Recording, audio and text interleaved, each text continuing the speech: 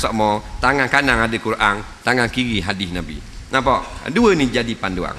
Soalan seterusnya, Ustaz mari sini sebulan sekali, lambat sangat. Ejahlah 2 kali sebulan, tak boleh ke?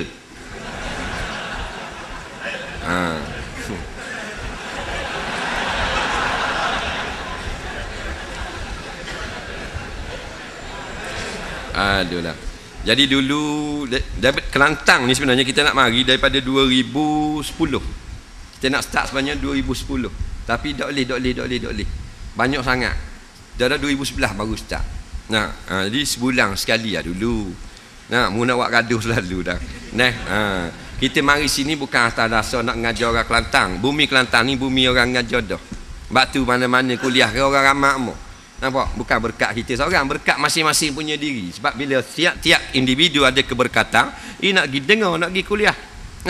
Jadi berkat negeri Kelantan dan penduduknya sendiri. Jadi kita buat sebulan sekali ni bukan maknanya nak isi kekosongan apa dah. Cuma sama-sama nak mengimarahkan lagi. Medan ilmu ini.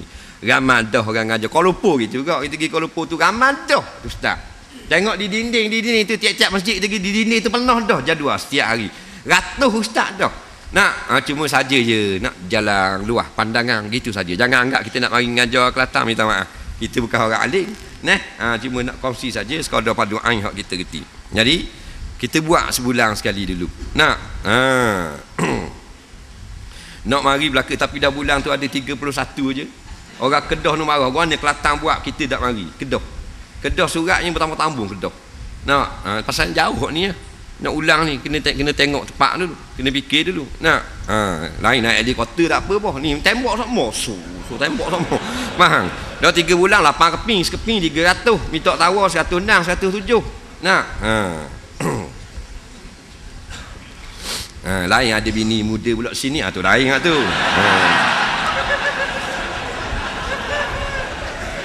Takkan dah boleh ejah seorang. Apa?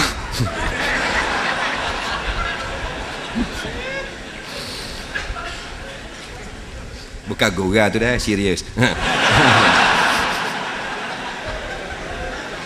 Apakah jenis insurans yang dibenarkan dalam Islam? Baik, dhamin hayah, insurans. Insurans yang dibenarkan dalam Islam satu saja, kaedah khairat kematian. Khairat kematian kita kutip lah, seorang 10 ya umpamanya. Maka kalau dak mati, dak boleh pakai duit. Siapa yang ayah dia, mak dia mati, dia boleh pakai duit tu, orang amal. Tapi masa kita nak start mula-mula tu, kita kena ada akad tabarruk. Maknanya kita suka rela beri sebagai kebajikan, sumbangan daripada kita. Nampak? Bila gitulah ada juga akad tabarruk pada sistem insurans, sama ada nama Islam atau tidak, insurans itu halal di sisi syarak. Yang tak halal ini mereka menggunakan interest ataupun menggunakan wang orang tanpa ada akad seperti itu. Baru masuk 4,000 dapat 40,000, baru masuk 200 dapat 5,000. Jadi kebanyakan sistem-sistem konvensional adalah haram di sisi syarak kerana banyak menipu. Sebab tu kita bila nak masuk insurans kereta umpamanya, insurans ni molek lah begini. Kalau aksiden tak dalam sebulan siap dah, boleh pakai balik kereta. Tengok benda yang berlaku bila aksiden 6 bulan tak siap lagi. Nampak tak? Banyak menipu, makan duit orang, potong sama. Tapi bila aksiden dia nak tengok kereta kita pun, kita atur kereta, dia kata surat ni pula tak ada, surat ni pula tak saing, ni kata JPJ tak atur surat lagi, berbulan-bulan. Ni mana penipuan. Waktu Nabi marah, gurur, tipu. Jadi kalau insurans, biar insurans Islam sungguh. Biar ada tabarruk akad kita tu sebagai derma. Kalau ada berlaku, kalau gitulah ada dalam akad di insurans, itulah insurans yang dibenarkan dalam Islam. Tapi selagi bila kita benarkan masuk insurans atas nama Islamik sekalipun, ingat jangan sampai syirik.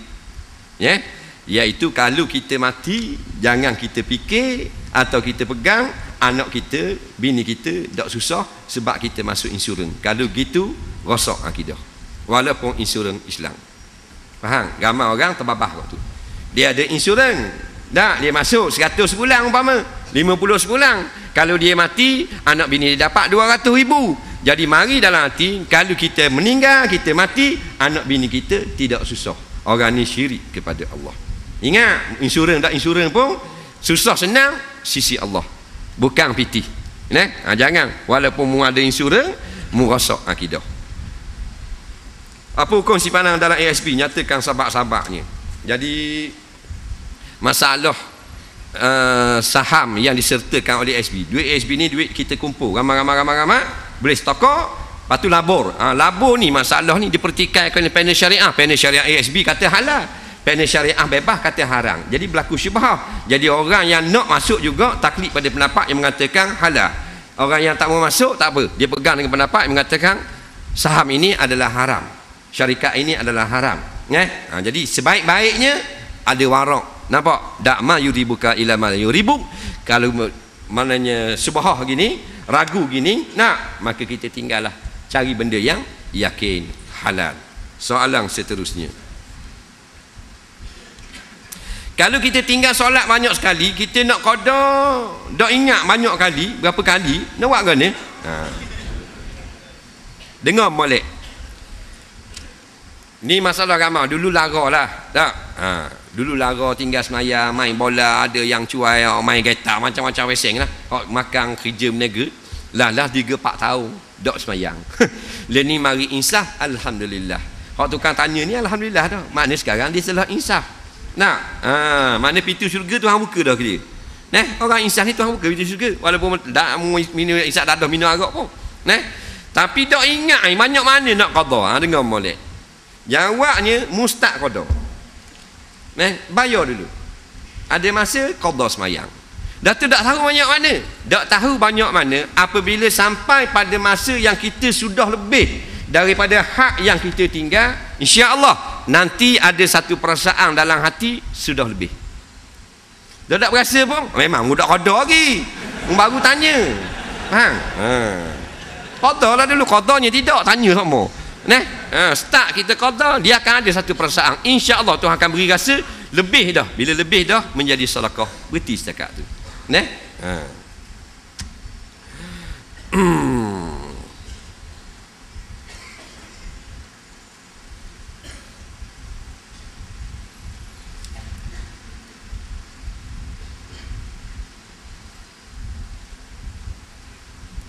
Barang hak kita keluarkan dari kilang seperti habuk besi, apa hukumnya? Macam mana nak betulkan dosa kita yang ambil barang kilang orang bukan muslim tu? Barang-barang yang kita beli dari duit jualan barang kilang itu kena buang atau macam mana? Benda pula ni. Barang hak kita keluarkan dari kilang seperti habuk besi. Apa dia buat balik habuk besi ke mana? Dia kerja kilang besi, potong besi, lepas tu ada habuk besi tu. Dia pun ambil habuk besi tu buat balik, sari skocek. Boleh sekilo juga, boleh sekian. Nampak? Jadi kalau banyak mana dah boleh 1000 ya dah. Baik. Haram ke tak? Baik, dah majikan mu beri dah. Majikan kata ada habuk besi dah ambil dah. Ambil kemu halal. Majikan kata tak boleh. Jangan ambil barang-barang habuk pun kita nak jual balik. Haram. Tak tahu majikan benar ke tidak. Benar ke tidak kita tengok, kita kerja situ. Lepas-lepas majikan mari kawak balik tak? Dak pakai lock gitu boleh ambil. Faham? Dah lepas tu kalau kilang tu tutup dah, kerana tuang pun tak tahu dah. Tapi duit tu kita ingat lagi 1000. Duit tu kita ingat lagi 1000. Tak jumpa cari dah. Derma, masjid, surau. Nampak? Niat sebagai bayar balik hak orang. Tu cara dia. Macam mana nak buat jika imam tu pasing? Boleh ikut jemaah ke tak? Jika solat tempat lain jadi seru hati. Ayahlah apa? Seru hati ayahlah imam. Baik, tok imam kampung tu pasing. Tok imam kampung tu jual api kuda tok imam. Lagu mana kau nak buat? Sah tak semayang belakang? Baik, jumhur ulama, pendapat yang diikuti oleh ramai ulama, inilah yang paling kuat, sah berimamkan fasik. Sah. Yang tak sah juru nikah fasik.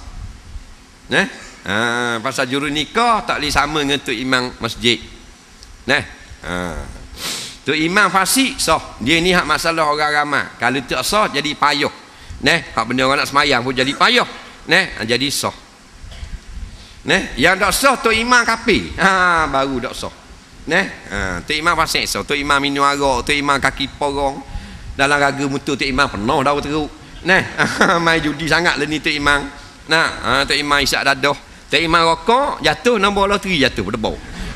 Umpamanya sah lagi. Ulama kata kalau ada dia imam yang tidak fasik, afdal imam yang tidak fasik.